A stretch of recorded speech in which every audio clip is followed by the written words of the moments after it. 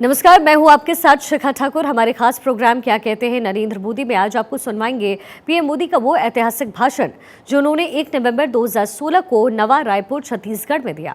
अपने भाषण में प्रधानमंत्री ने कहा कि अगर हमारे देश के गरीब को, नौजवान को सामर्थ्यवान बनाया जाए, अगर उसे शिक्षित किया जाए, उसे काम करने का अवसर दिया जाए, तो वो सिर्फ अपने परिवार की गरीबी हटाएगा ऐसा नहीं है, उसमें अड़ोस पड़ोस के भी 2 परिवारों की गरीबी हटाने की ताकत आ जाती है। किसी राज्य की रचना इतने शांतिपूर्ण ढंग से हो, प्यार भरे माहौल में हो, अपनेपन की भावना को और अधिक ताकत दे उस प्रकार से हो, आने वाली हर पीढ़ी को छत्तीसगढ़ का निर्माण हो, झारखंड का निर्माण हो, उत्तराखंड का निर्माण हो, दीर्घदृष्टि से सबको साथ लेकर के हर किसी का समाधान करते हुए लोकतांत्रिक परंपराओं का और मर्यादाओं का पालन करते हुए राज्य रचना कैसे की जाती है, ये वाजपेयी जी ने बहुत बड़ा उदाहरण प्रस्तुत किया है। वरना हम जानते हैं हमारे देश में राज्यों के निर्माण ने कैसी कैसी कटुता पैदा की, कैसा विखवाद पैदा कर दिया। अलग राज्य बनकर के विकास की यात्रा के बजाय अगर सही ढंग से काम नहीं होता है तो हमेशा हमेशा वैर भाव के बीज फलते फूलते रहते हैं। हम भाग्यशाली हैं कि वाजपेयी जी जैसा महान नेता उन्होंने हमें छत्तीसगढ़ दिया। कौन सोचता था कि 16 साल पहले जब छत्तीसगढ़ बना, किसने सोचा था कि हिंदुस्तान के राज्यों की विकास की यात्रा में ये आदिवासी विस्तार वाला नक्सल प्रभावित इलाका भी हिंदुस्तान के विकसित राज्यों के साथ भी टक्कर लेगा और विकास के मुद्दे पर आगे बढ़ेगा।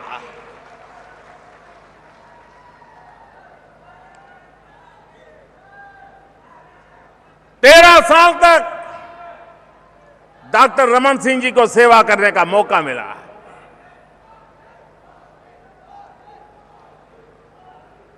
और हम लोगों का मंत्र रहा है विकास का।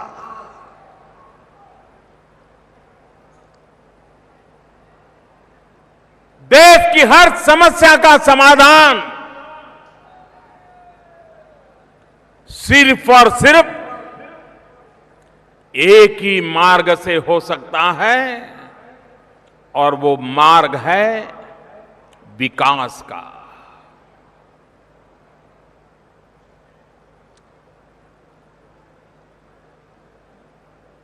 हमें जहां जहां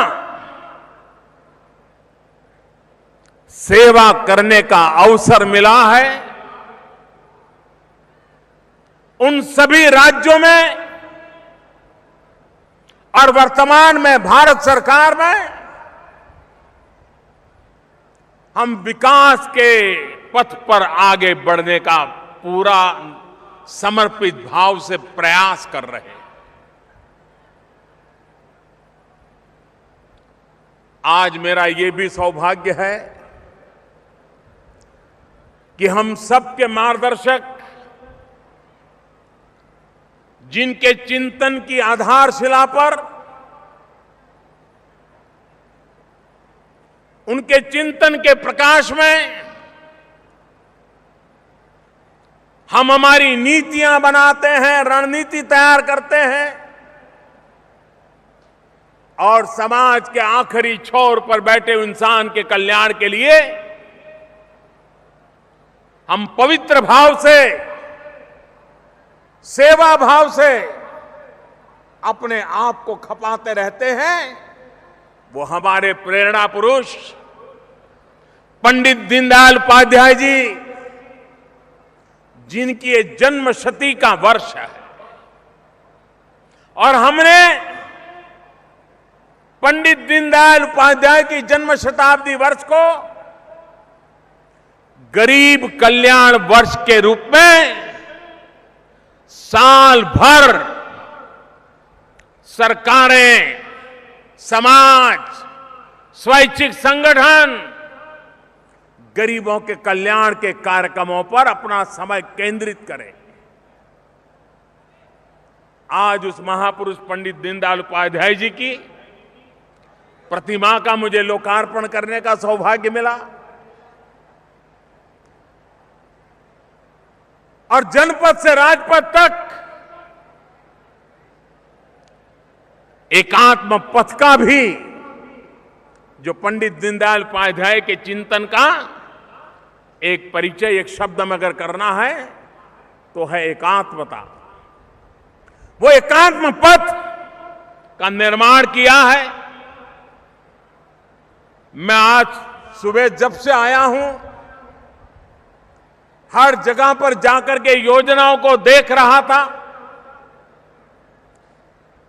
बड़े मन को प्रभाव पैदा करने वाली योजनाओं की रचना हुई है, निर्माण कार्य उत्तम हुआ है।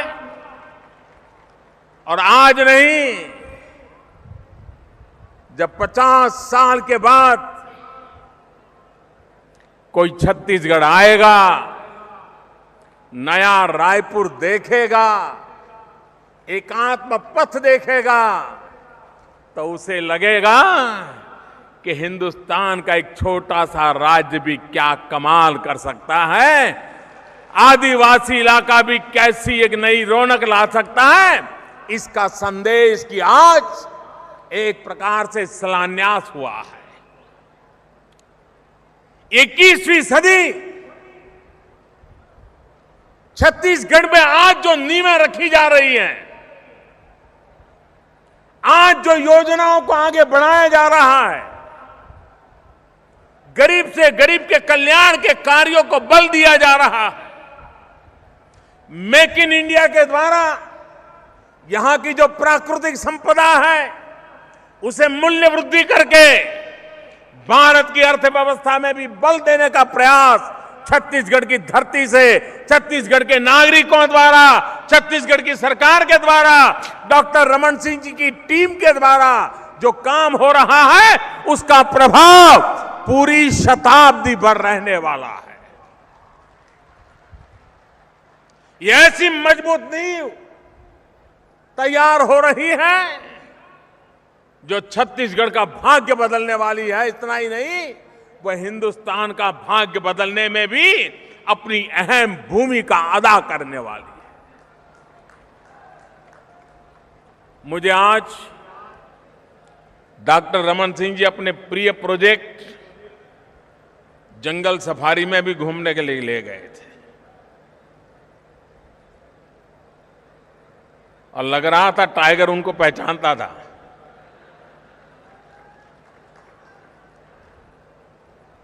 आंख में आंख मिलाने के लिए चला आया था।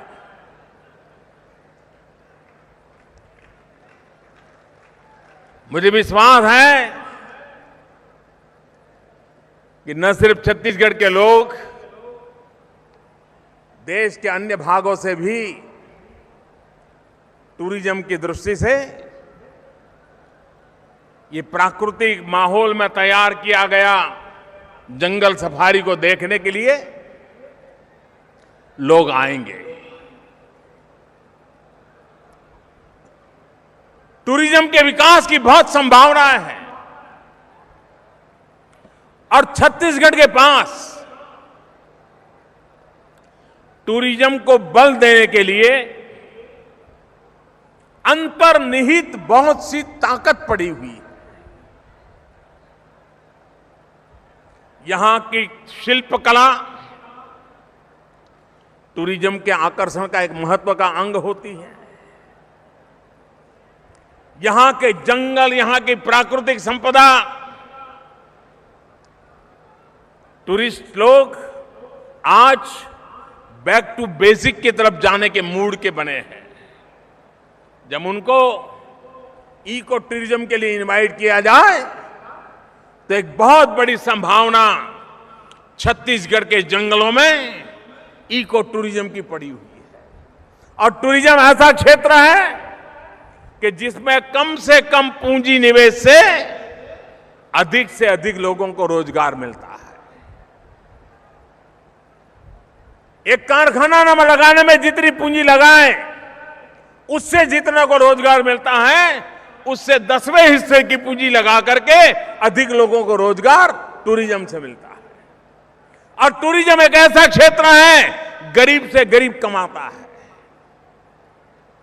ऑटो रिक्शा वाला भी कमाएगा, खिलौने बेचने वाला कमाएगा, फल फूल बेचने वाला कमाएगा, चॉकलेट बिस्किट बेचने वाला कमाएगा, चाय बेचने वाला भी कमाएगा।